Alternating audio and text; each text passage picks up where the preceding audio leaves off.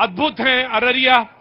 आप जानते हैं, यकीनन आप जानते हैं, दिल जीतना जानते हैं। हाँ जी, 400 पार बता चुके। अच्छा बता चुके थे। अच्छा रुको रुको रुको, मैं आ रहा हूं एक एक करके आऊंगा। इधर कौन हाथ उठा रहा था? अच्छा मैं आया।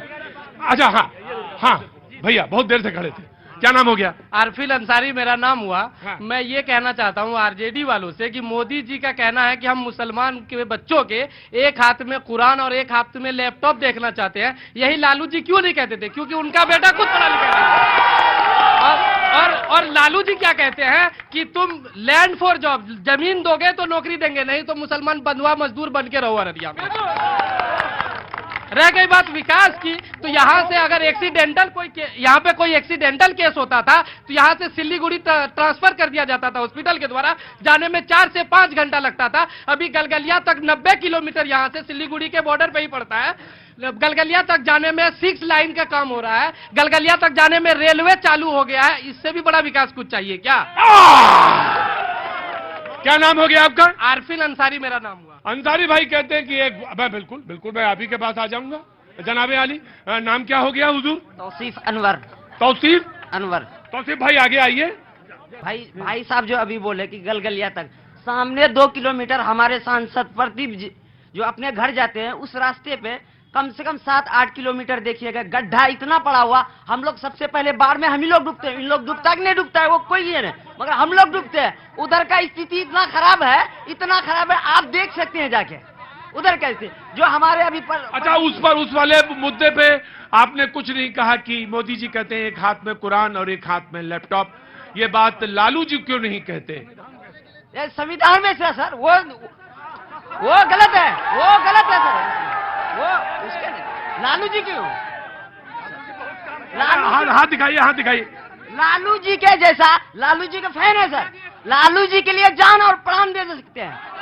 इसके लिए जितना भी दम रहेगा ना, इस बार 2024 में अपना सीना तान के बोल रहे जान लगा देंगे। मैं आऊंगा भैया जी, रुको जी।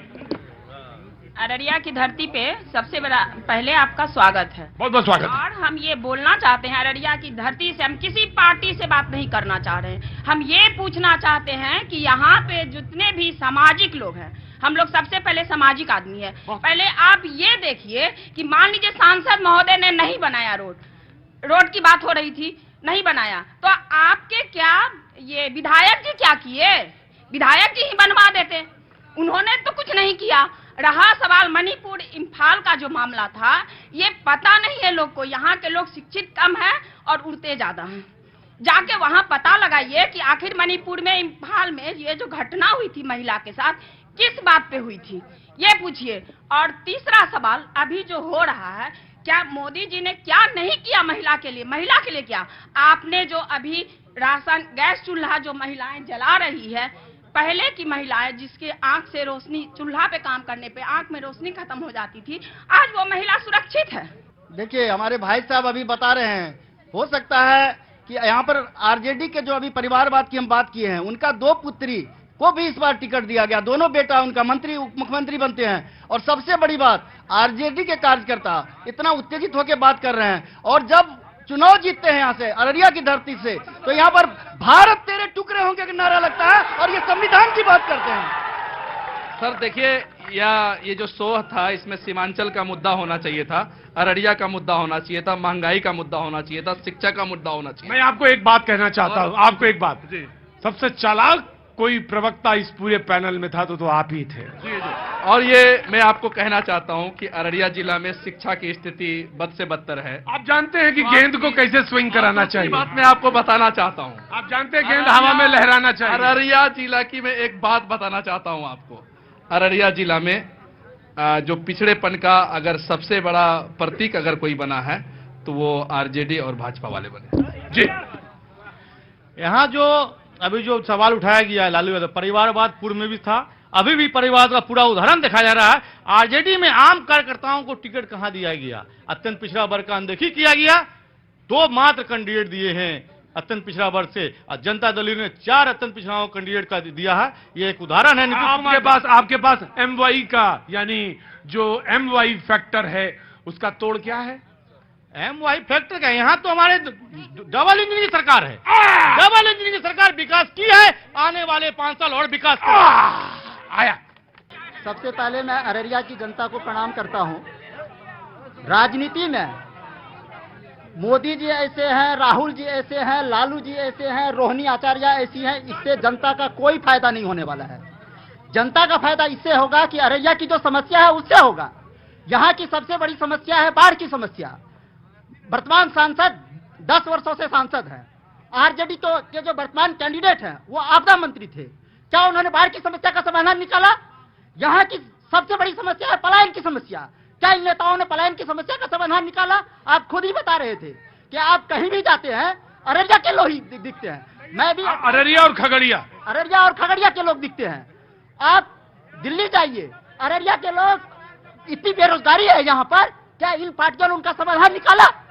अरे समाधान निकलेगा कैसे बाबूजी? आप भी निर्दलीय। मैं बताऊं आपको कैसे निकलेगा। जब आप वोट देने जाएं तो ना तो धर्म देखें, ना जाति देखें, और ना जाति के अंदर जाति देखें, ना पिछड़ा की पिछड़ा जाति देखें। आप ये देखें कि आप भैया जी हैं। बिल्कुल सर, बिल्कुल बोलिए। बिल्कुल सर। इसलिए इस बार सिर्फ एक ही बात ठानिए, ऐसे लोगों को ही जिताना है जो सिर्फ अररिया की बात करे, न कि मोदी की बात। अरे आप लड़ेंगे ये नहीं 11 से कैसे लड़ेंगे अकेले? मैं अकेला लड़ूंगा और यहाँ की समस्या को समझाऊंगा। अब सवाल पूछो। एक बात और ऐड कर देते हैं, आपकी लोकप्रियता इतनी है, मेरी माँ एक घरेलू महिला है, टीवी कभी कभार देखती है, लेकिन आपका शो प्रत्येक दिन देखती है, आज भी वो देख रही होगी। मैं आपसे एक बात कहता हूँ, इसके लिए आपको बहुत साधुवाद। और भैया उनसे कह, मेरा चरण स्पर्श उनसे करना है ना। और एक चाय हमारी उधार रही तुम्हारे ऊपर। जी जी जी, आप आए सर, हमारा घर बगल में ही, आप आए, आपका स्वागत। आज तो नहीं, लेकिन फिर उधार रही। पिछले 10 वर्षों से सवाल पूछो, नहीं तो कहेंगे ये उलझा देता है ये भैया। मेरा कहना है सर, शिक्षा समवर्ती सूची माता केंद्र सरकार और राज्य सरकार दोनों का विषय है।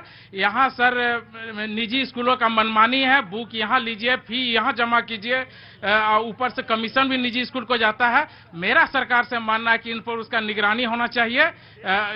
पिछड़ा एरिया भी है सर ये, तो आम लोगों का भला को यहाँ सारे देखिए इसमें सिर्फ 2 लोगों ने ताली बजाई, मालूम है क्यों?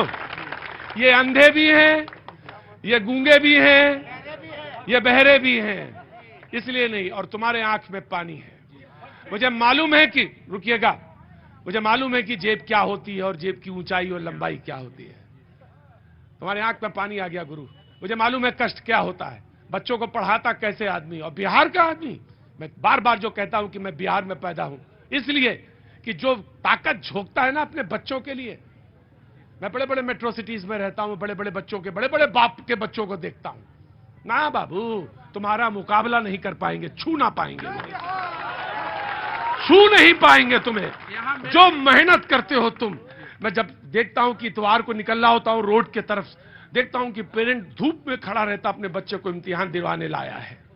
ये होता है परिश्रम। ऐसा नहीं कि कोई माँ बाप अपने बच्चे से प्रेम नहीं करता, लेकिन तुम्हारे लोगों को तो सैल्यूट करता हूं मैं। तुम्हें सैल्यूट करता हूं भैया, तुम्हें सैल्यूट करता हूं। सर एक बात और सर, हमारे प्रधानमंत्री जी बहुत अच्छे कर भी रहे हैं, आगे बोल रहे हैं कि 3rd टर्म और बड़े और कड़े फैसले होंगे। तो मेरा प्रधानमंत्री से मांग है कि एक समान शिक्षा, जम्मू से के अरनिया से लेकर बिहार के अररिया तक एक समान शिक्षा होनी चाहिए।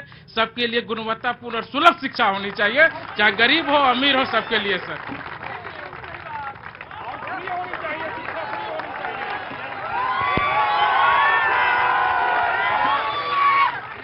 सबसे पहले बोलो, मैं जिस परिवार में पैदा लिया हूँ, पढ़ा लिखा नहीं हूँ। कोई बात नहीं, अगर बोलने में त्रुटि हो जाए तो क्षमा सब भाई से मांगता हूँ। ये इसकी ईमानदारी है और इस ईमानदारी को मैं सैल्यूट करता हूं। इसने कहा कि मैं पढ़ा लिखा नहीं हूं, लेकिन मुझे मालूम है ये कई पढ़े लिखों पे भारी है। तुम ज्यादा काबिल हो, सारी अकल निकाल के हाथ पे दे देंगे अभी तुम्हारी। उस भाई ने बोला अभी कि पढ़ा लिखा का जिम्मेवार किसने है। उनको ये पता नहीं है कि बिहार की धरती जो है क्रांति की धरती है, अररिया की धरती, रेणु जी की धरती है, नक्षत्र मलाकार की धरती है। मैं भाई साहब से पूछना चाहता हूं, अगर बाबा साहब संविधान नहीं देते तो आज माइक पर हम नहीं बोल पाते। इसलिए शिक्षा पढ़ने से जो होता नहीं है उसको गढ़ने से होता है। और पैदा होने से नहीं होता है, उसको समाज को ऊंचा तकदीर पर पहुंचाने से होता है संघर्ष करके। आपने कभी संघर्ष ही नहीं किया भाई साहब, जो वो जानेंगे गरीबी क्या होती है, आर्थिक स्थिति क्या होती है, और समाजवाद किसे कहते हैं, परिवारवाद किसे कहते हैं, भाईचारा किसे कहते हैं, उनको ये तो कम से कम आपके बीच में मुझे बोलने का एक मौका मिला। और थोड़ा देर के लिए मैं एक भाई साहब के लिए थोड़ा सा बोले कि वह किडनी बात पर जो बोले, हम व्यक्तिगत जाने दो उसको, तो हम उनको बोले कि इस तरह नहीं माफ बोलना कर दे चाहिए, यार। परिवार का जा जो दे यार। रिश्ता को दोहित नहीं होना चाहिए। पिला दे यार। जा चल, छोड़ दिए अरे सब, मारे रे। छोड़ दिए। उसके बाद मैं एक बात बोलना चाहता कहीं हूँ, पढ़े लिखो पे भारी हो तुम। मैं एक बात बोलना चाहता हूँ। अभी 1.5 महीना पहले की कहानी है। तब कहानी बाद में सुनेंगे, कहानी बाद में। बैठ जाओ, बैठ जाओ, बैठ जाओ, बैठ जाओ, बैठ जाओ। भैया देखो मेरी बात सुनो, बड़ी ध्यान से सुनो मेरी बात। आपके अररिया में आए, मुझे तो बहुत अच्छा लगा। और जो यहाँ कहता है कि नहीं पढ़े लिखे, वो भी कई पढ़े लिखों पे भारी है। तो तुम तो बड़े भारी आदमी हो, विश्वास, ये बात है। रो रहे हो, पकड़ो, क्या हुआ? बोलते हैं लोग कि अरे लोग बोलते हैं मोदी जी कुछ नहीं किए। हम 1 मिनट लेना चाहते हैं। हाँ बोलो। गैस बंटवाए मोदी, राशन बंटवाए मोदी, उजाला दिए मोदी, आवास दिए मोदी, सुलभ शौचालय मोदी, 4 लाइन मोदी, 6 लाइन मोदी, अमृत railway station Modi, Ayushman card Modi, बड़का हॉस्पिटल मोदी, बड़का school Modi, teacher training Modi, सब कुछ मोदी मोदी।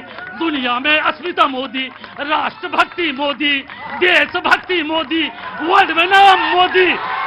अरे भैया, अरे भैया बहना, अरे भाई चुपिए, भैया बहना बूढ़ा नौजवान कहता मोदी बने पीएम हिंदुस्तान।